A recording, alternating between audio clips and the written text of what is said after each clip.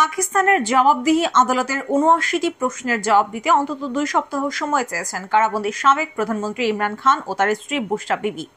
আল Kadir trust দুর্নীতি মামলা ঘিরে প্রশ্নগুলো করা হয়েছিল।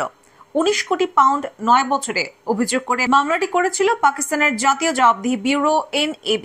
আল কাদির ট্রাস্ট দুর্নীতি মামলায় গত বছরের ৯ মে গ্রেপ্তারও হয়েছিলেন পাকিস্তান তেহরিক-ই-ইনসাফের প্রতিষ্ঠাতা ইমরান। এই মামলা থেকে খালাস পেতে আবেদন করেছিলেন তিনি ও তার স্ত্রী বুশরা বিবিও এই আবেদন করেছিলেন। ওই আবেদনের ওপর সিদ্ধান্ত নিতে গত সপ্তাহে আদালতকে নির্দেশ দেন ইসলামাবাদ হাইকোর্ট। জবাবদিহি আদালতে ইমরানের পক্ষে আইনজীবী ছিলেন ফয়সাল হোসাইন।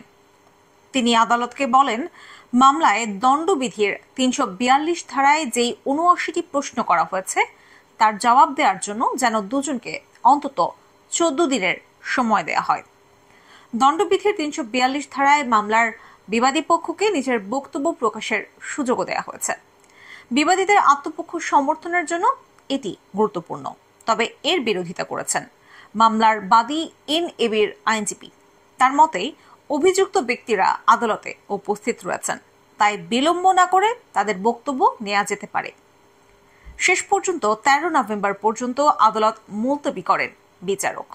এদিকে ইমরানের বোন নরিন নিয়াজির করা এক আবেদনের পরিপ্রেক্ষিতে বৃহস্পতিবারের মধ্যে ইমরানের বিরুদ্ধে করা সব মামলার বিস্তারিত তথ্য আদালতে উপস্থাপন করতে পাকিস্তানের গোয়েন্দা সংস্থা, ফেডারেল ইন্টেলিজেন্স এজেন্সি, পুলিশ ও সংশ্লিষ্ট সব কর্তৃপক্ষকে নির্দেশ দিয়েছেন ইসলামাবাদ হাইকোর্টের বিচারপতি আবরার মোহাম্মদ।